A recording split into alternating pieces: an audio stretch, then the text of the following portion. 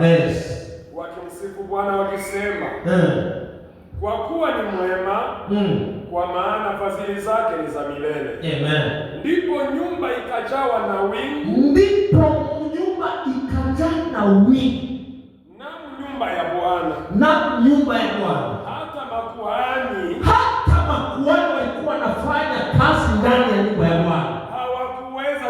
Hawakuweza kusimama. Kazi ilisimama kwa sababu ya utukufu wa Mungu.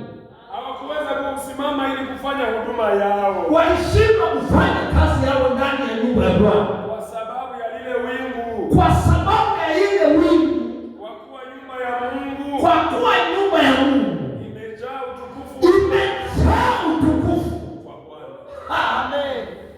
Sikia, watu walijiandaa wakasimama kwa sababu waliimba pamoja na sauti moja, walikuwa wanaabudu Mungu. Biblia inasema makuhani wakashindwa kufanya kazi, utukufu ikajaa kwa hiyo nyumba, kila mmoja akalewa utukufu wa Mungu. Akanikuambie, wakati watu wamesimama kuabudu Mungu, watu wanaanza kulewa kama wamekunywa pombe.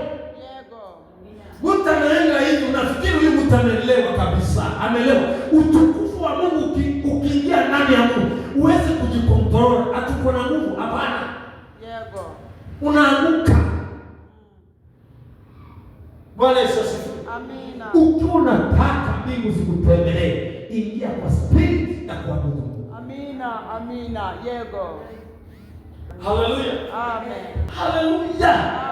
Tuko na watu hapa wanasikia kabisa